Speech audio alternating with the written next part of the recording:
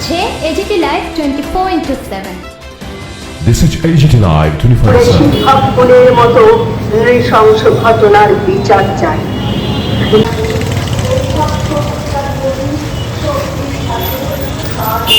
দাঁড়াও, দেশে দাঁড়াও, দেশে দাঁড়াও এবং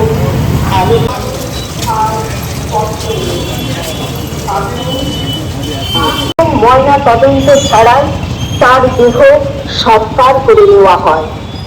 মানুষ মানুষ বড়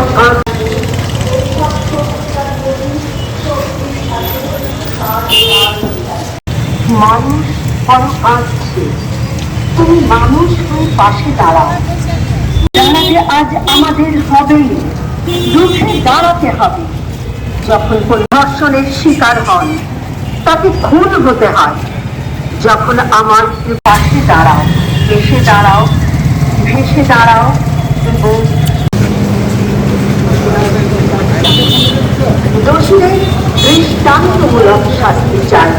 শিক্ষকগণের মতো নৃশংস ঘটনার বিচার চাই। দোষীদের কাজে এইসব সভ্যতা বিরোধী। আপনারা সকলেই জানেন যে আগস্ট মাস স্বাধীনতার মাস। এই আগস্ট মাসে বহু আমাদের লড়াই সংগ্রামের ইতিহাস আছে। আজকে দেশের স্বাধীনতার ৭৭ বছর পেরিয়ে গেছে। এই আগস্ট মাসেই আমাদের ত্রিপুরার উদয়পুরের শিক্ষক অভিজিৎ দিয়াকে গণপিটুনিতে নৃশংসভাবে হত্যা করা হয়েছে।